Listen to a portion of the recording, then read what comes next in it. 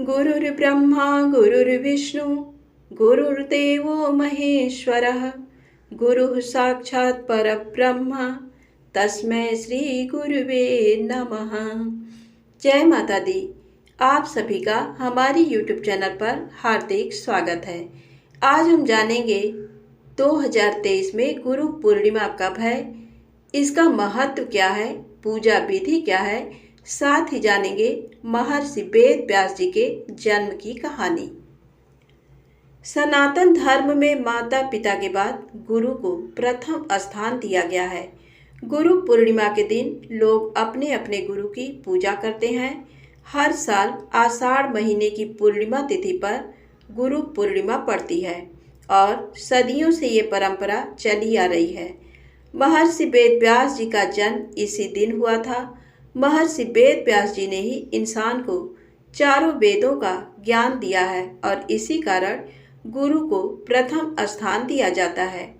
गुरु पूर्णिमा का दिन देश भर में बहुत सी उत्साहपूर्वक मनाया जाता है। आषाढ़ माह की पूर्णिमा तिथि पर गुरु पूर्णिमा मनाया जाता है और इस साल ये तिथि 3 जुलाई को मनाई जाएगी।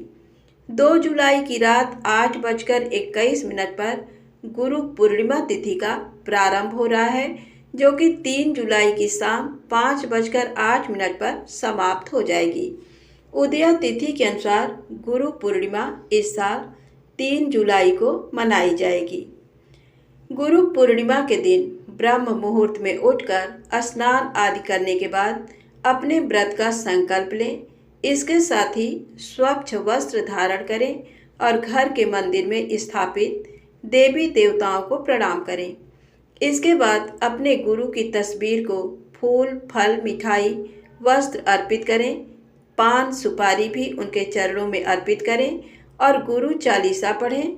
गुरु की तस्वीर की आरती उतारें। अगर आपके गुरु आपके सामने हैं तो और भी अच्छी बात होती है। गुरु के घर जाकर उनका आशीर्वाद जरूर लें। गुरु हमेशा सच्ची राह दिखाते हैं और गुरुओं का सम्मान करना सनातन धर्म में सदियों से चली आ रही है। जिसे भी आप गुरु मानते हैं उनका आशीर्वाद लेकर दिन की शुरुआत करें, आपका जीवन सफल हो जाएगा। अब आइए जानते हैं वेद व्यास जी के जन्म से जुड़ी ये कहानी।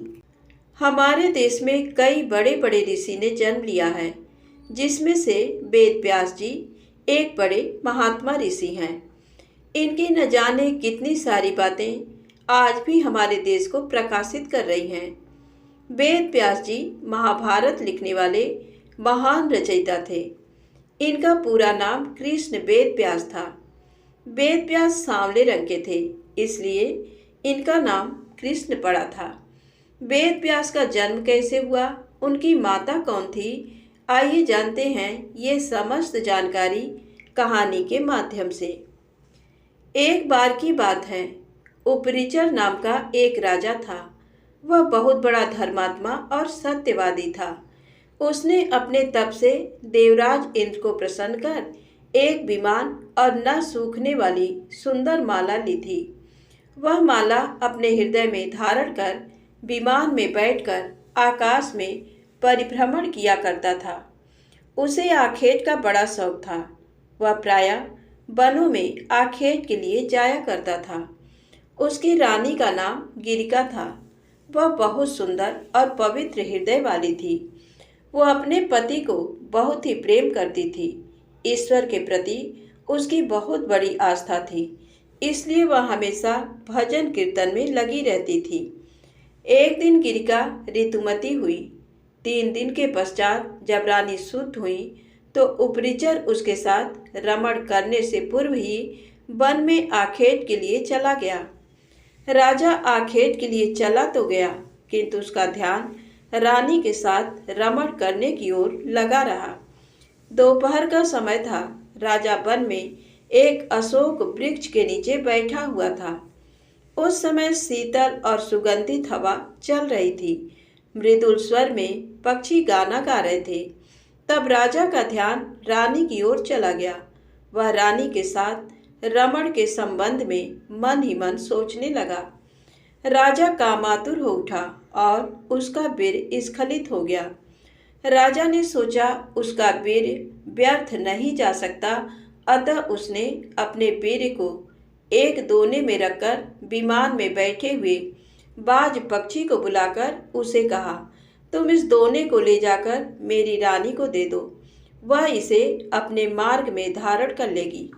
तब दोने को मुंह में दबाकर बाज राजा के भवन की ओर उड़ चला। जैसे ही बाज यमुना नदी के ऊपर से जा रहा था तो दूसरे बाज की नज़र उस पर पड़ गई।